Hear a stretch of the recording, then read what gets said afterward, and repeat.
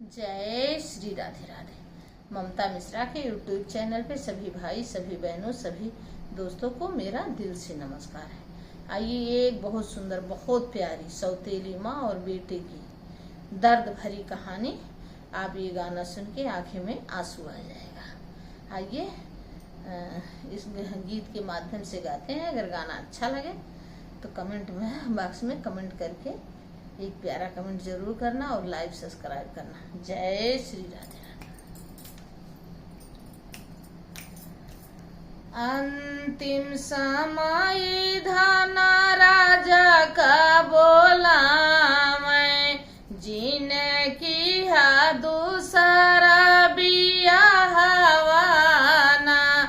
अंतिम समय धना राजा का बोला जीने की है दूसरा बियाह वाना।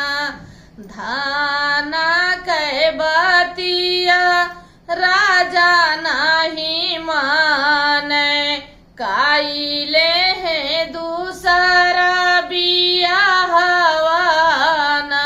धाना के बतिया राजा नहीं माने, काइले हैं दूसरा बियाह वाना।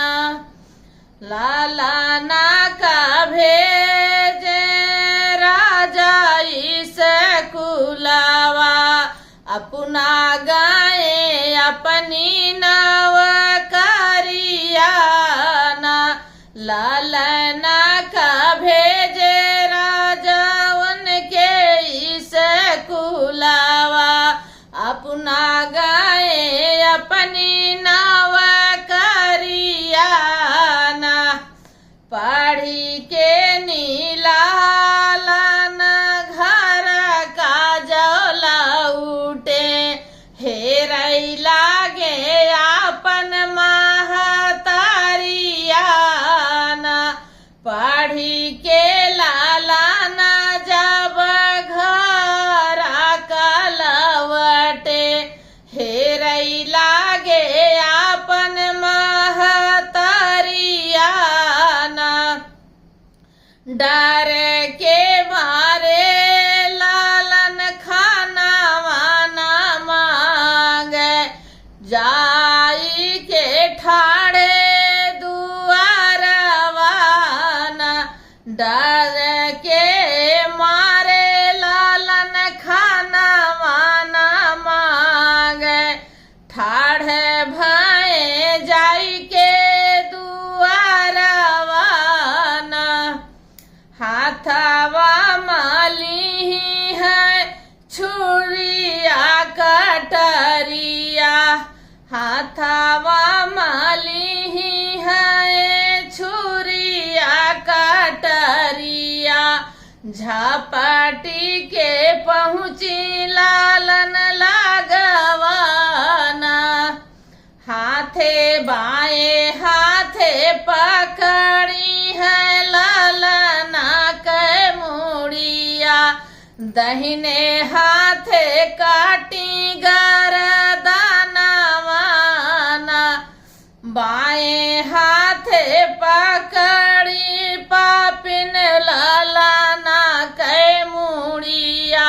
बाएं हाथे काटे गरदनवाना। आधी शरीरिया के भोजन बनावे, सिरावा छुपाई भूसा उलवाना। आधी शरीरिया के भोजन बनावे, सिरावा छुपाई भूसा उलवाना। पानी नौकरिया से राजा घर का जौला उठे, कहाँ गईला हमारा लाला नवाना। पानी नौकरिया से राजा घर का जौला उठे, ढूंढई लागे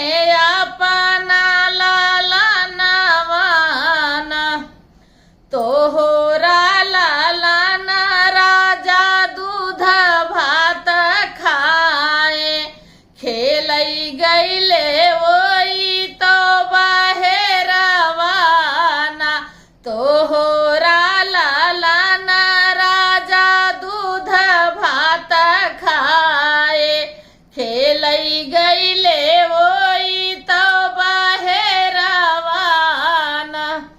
धोइले राजा हाथवायो घोड़ावा काइले त्या कुछु जाला पानवान हाथवाई धोई राजा बैठे पलंगिया पीछावा से फूफकार नागिनियाना पीछवा से फूफकार नागिनियाना पलंग से रौठी राजा नागनी खदे रहे नागिनी लुकानी भूसा उलवाना उधाय उलट पुलट नागिन भूसावा गिरावे गिरी गईले लालन के मुड़ावाना उलटी पुलटी नागिन भूसावा बिखेरे गिरी गईले लालन के मुड़ावाना मुड़ावा उठाई राजा सीनावा लगावे ताड़प गईले राजा के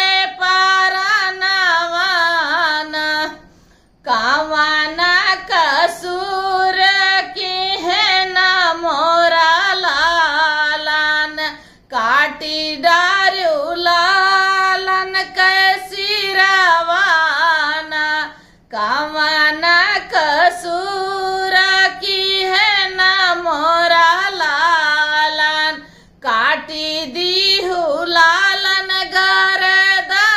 गर्दनवाना तोहरा लालाना का पिया छोराए स्कूला